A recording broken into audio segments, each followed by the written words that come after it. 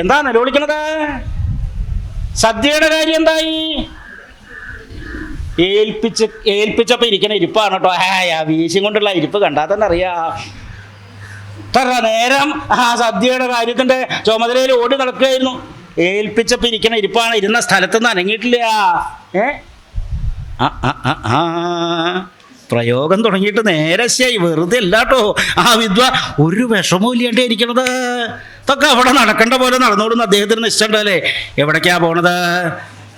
സദ്യ എന്ന് കേട്ടപ്പോഴാണ് കുറേശ്ശെ വിശപ്പ് അറിയാൻ തുടങ്ങിയത് കേട്ടോ. ഈ ഓർമ്മയില്ലാണ്ടിരിക്കുകയായിരുന്നു. നേരായി എന്നുള്ളത് അപ്പോഴാണ് അദ്ദേഹത്തിന് മനസ്സിലായത്. സദ്യയുടെ സ്ഥലത്തേക്ക് പോര് കഴിഞ്ഞു. അലങ്കാരം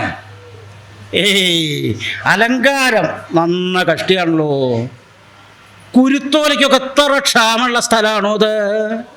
ഇത്രകേയമായിട്ടുള്ളൊരു ഉത്സവം ഇവിടെ നടക്കുമ്പോൾ കുരുത്തോല, കൊലവാഴ അങ്ങനെയൊക്കെയല്ലേ വേണ്ടത്? ആ കാല് വിറപ്പിച്ചിട്ടുള്ള ഇരിപ്പ് കണ്ടു കഴിഞ്ഞാൽ ഒക്കെ നിശ്ചയുള്ള പോലെയാ. ഇത്രകേയമായിട്ടുള്ളൊരു സ്ഥലത്തേക്ക് കുരുത്തോലയില്ല, കൊലവാഴയില്ല, ഇങ്ങനെയായി കഴിഞ്ഞാൽ പുഷ്പാലങ്കാരമൊക്കെ കാണാണ്ട്. അതുകൊണ്ട് കാര്യമില്ല. ഒരു കാര്യമുണ്ട്, കേയമായിട്ടുള്ള ഉത്സവം ആവണല്ലേ ഉള്ളൂ. അന്ന് ഞാൻ വീണ്ടും വരും കേട്ടോ, പറഞ്ഞില്ല എന്ന് വരണ്ട. അപ്പോഴേക്കും ഇവിടെ മുഴുവൻ കുരുത്തോലയൊക്കെ തൂക്കി ആ ഗോപുരത്തിൻ്റെ അവിടെ 2 അധികമായിട്ടുള്ളൊരു ഗോപുരം അവിടെ ഉണ്ട്. എനിക്ക് നിശ്ചല്യേണ്ടല്ല. കൊലവാഴയൊക്കെ വെച്ച് ഗംഭീരമായിട്ട് അലങ്കരിക്കണം. കണ്ണുരുട്ടി മിഴിച്ച് നോക്കണ കണ്ടു കഴിഞ്ഞാൽ എന്നെ നോക്കി പേടിപ്പിക്കാന്നാ തോന്നുക. അങ്ങനെപ്പോലുള്ള ആൾക്കാരൊക്കെ ഇവിടെ ഉണ്ടായിട്ട് ഒന്ന് ഉത്സാഹിപ്പിക്കുക. ആ കുരുത്തോലയൊക്കെ തൂക്കി കൊലവാഴയൊക്കെ വെച്ച് മാത്രമല്ല, അങ്ങോട്ട് വീതിയിലേക്ക്, ആ പ്രധാന വീതിയിലേക്കും കൂടി വേണം. ഇവിടെ അങ്ങനെ കേമായിട്ടുള്ള ചില കാര്യങ്ങളൊക്കെ നടക്കേണ്ടതെന്ന് അങ്ങോട്ടും കൂടി അറിയണം കേട്ടോ. അതിനുള്ള ഉത്സാഹം വേണം. ഇങ്ങനെ ദൃഷ്ടദ്യുമ്നന് ഓരോരോ ചുമതലകൾ ഓരോരോ സജീവന്മാരെ മന്ത്രിമാരെ ഏൽപ്പിച്ചു എന്ന് മാത്രമല്ല, അവർ വേണ്ട വിധത്തിൽ ചെയ്യണില്ലേ നോക്കണ്ട്, വേണ്ട ഉപദേശങ്ങളൊക്കെ കൊടുക്കണ്ട്. അങ്ങനെ ഓരോരോ ദിവസം കഴിഞ്ഞ് സ്വയംവര സുദിനം സമാഗതായി. വിവാഹത്തിൻ്റെ അന്ന് പ്രഭാതായി. ദൃഷ്ടദ്യുമ്നൻ അവിടെ വന്നിട്ടുള്ള ആളുകളെ മുഴുവൻ സ്വയംവര മണ്ഡപത്തിലേക്ക് സ്വീകരിച്ചിരുത്താൻ തുടങ്ങി. എങ്ങനെയാ അദ്ദേഹം രാജാക്കന്മാരെ സ്വീകരിച്ചിരുത്തിയത്? അർഹതയ്ക്കനുസരിച്ച്, യോഗ്യതയ്ക്കനുസരിച്ചാണ് ദൃഷ്ടദ്യുമ്നൻ ആളുകളെ സൽക്കരിച്ചിരുത്തുണ്ടായത്. അതെന്താ?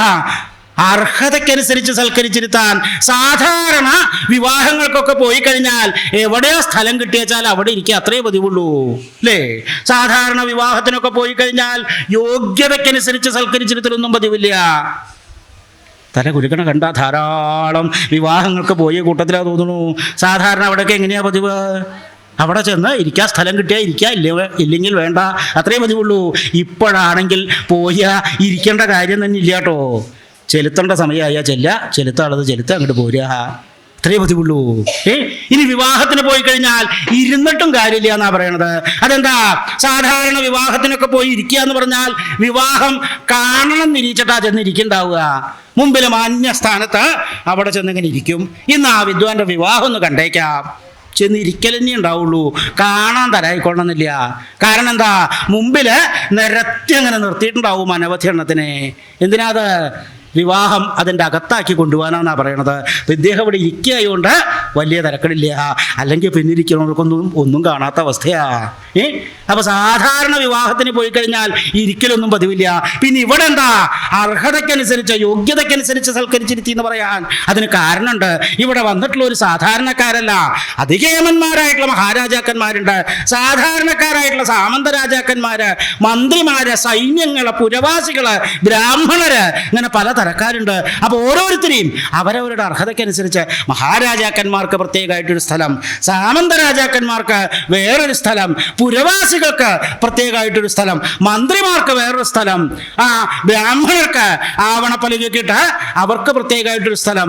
ഇങ്ങനെ ഓരോരുത്തരെയും അവരവരുടെ അർഹതയ്ക്കനുസരിച്ച്, യോഗ്യതയ്ക്കനുസരിച്ച് ദൃഷ്ടദ്യുമ്നൻ സൽക്കരിച്ചിരുത്തി. പാണ്ഡവന്മാര് അവർ5 പേരും ബ്രാഹ്മണ വേഷത്തിലാണ് അവിടേക്ക് വരിണ്ടായതെന്ന് പറഞ്ഞല്ലോ. അവരെയും ഇങ്ങോട്ട് എഴുന്നള്ളാന്ന് പറഞ്ഞ ബ്രാഹ്മണരുടെ ഇടയിലേക്ക് സ്വീകരിച്ചിരുത്തി. ഇരുത്തിയൻ്റെ അപകടമാണെന്നാണ് തോന്നുന്നത് കേട്ടോ. കുറച്ച് നേരമായി തുടങ്ങിയിട്ട്. ആ കാല് വീശി വീശി വീശി ഈ വിളക്ക് മറച്ചിട്ട് കഴിഞ്ഞാൽ എൻ്റെ വേറെ ചില പ്രയോഗം ഉണ്ടാവും കേട്ടോ. നോക്കാം, ഒന്ന് മനസ്സിരുത്തണം. ആ കാല് വീശാൻ തുടങ്ങിയിട്ട് കുറച്ച് നേരമായി.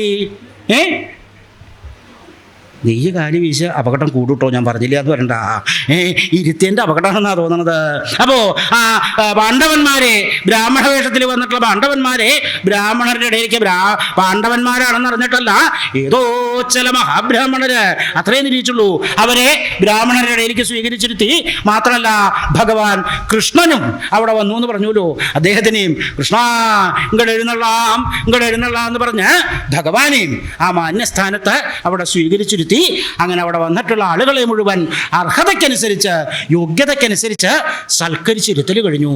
അതിനുശേഷം ദൃഷ്ടദ്യുമ്നൻ സോദരിയായിട്ടുള്ള പാഞ്ചാലിയെ ഒരു മൂടുപടക്കിടിയിച്ച് വിവാഹത്തിനായിട്ടുള്ള വരണമാല്യം കയ്യിൽ കൊടുത്ത് തോഴിമാരോടൊപ്പം വിവാഹമണ്ഡപത്തിൽ അവിടെ ഒരു ഭാഗത്തായിട്ട് കൊണ്ടു നിർത്തി.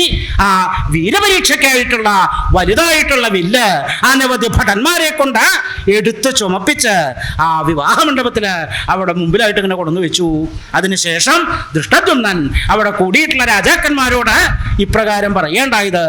എന്താ അദ്ദേഹം പറയേണ്ടായത്?